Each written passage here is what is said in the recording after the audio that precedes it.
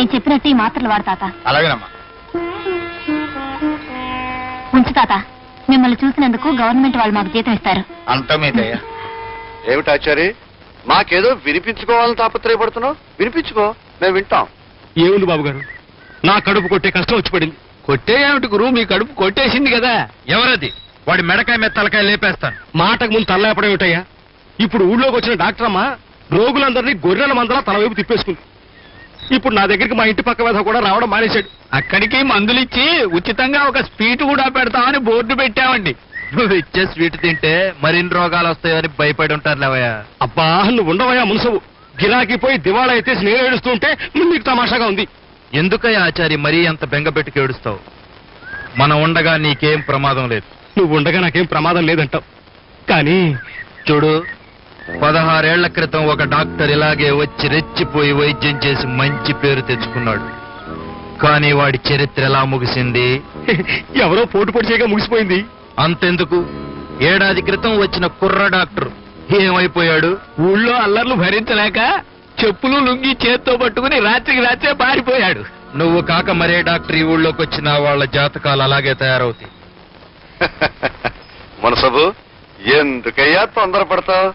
ఆడపిల్ల ఆ మాత్రం చాలేస్తాయా?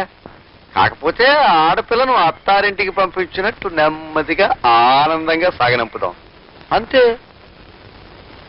ఏమిట్రా ఇంట్లో కూడా గొడుగు పట్టుకోవడం ఏమిటి?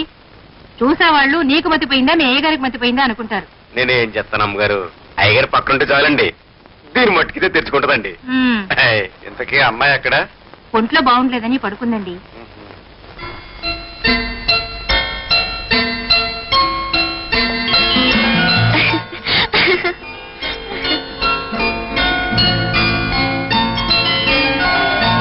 కబడ్డీ కబడ్డీ కబడ్డీ కబడ్డీ కబడ్డీ కబడ్డీ కబడ్డీ కబడ్డీ కబడ్డీ కబడ్డీ కబడ్డీ కబడ్డీ కబడ్డీ కబడ్డీ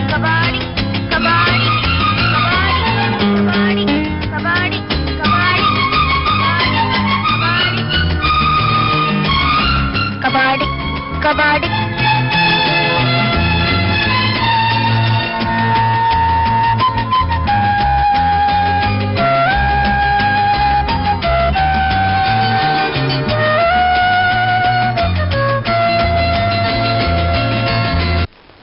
తెల్లవారిందిలే. నేను లేవలేనన్నా, నా వల్ల కావటం లేదు. ఏమైందిరా? అబ్బా, ఒళ్ళు కాలిపోతుందే. ఉండు, డాక్టర్ దగ్గరికి వెళ్ళి మందు తీసుకొస్తాను.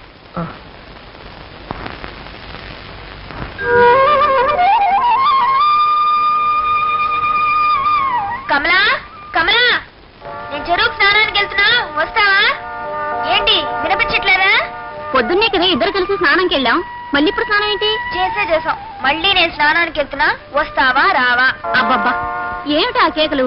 ఎదురుగానే ఉన్నాను కదా, నాకు బాగానే వినపడుతుంది. నీకు వినపడేం ప్రయోజనం? వినపడాల్సిన వాళ్ళకి వినపడాలి. ఇంతకీ నువ్వు వస్తావా రావా? అబ్బే, నేను రాలేనమ్మా, నాకు ఇంట్లో చాలా పనుంది. ఏయ్ సోంబేరు మొహమా, నువ్వు రాకపోతే నాకేం భయమా? నీ ఒక్కదానే వెళ్ళి హాయిగా స్నానం చేస్తాను.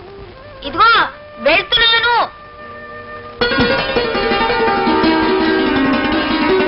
ఏమిట్రా, ప్రొద్దున్న నుంచి జ్వరంతో మూలుగుతూ పడి ఉన్నావు? హాస్పిటల్కి వెళ్ళి ముందు తీసుకొచ్చేసరికి ఎక్కడికైనా బయలుదేరావు? అన్న, చలి జ్వరానికి సన్నీళ్లలో మునిగితే వెంటనే నయమవుతుందట. సైన్స్ బుక్ లో ఉంది, అందుకే చెరువు దగ్గరికి వస్తాను. సైన్స్ బుక్ లో ఇలాంటి పాట ఉండటం పంతులని నాకే తెలియదే.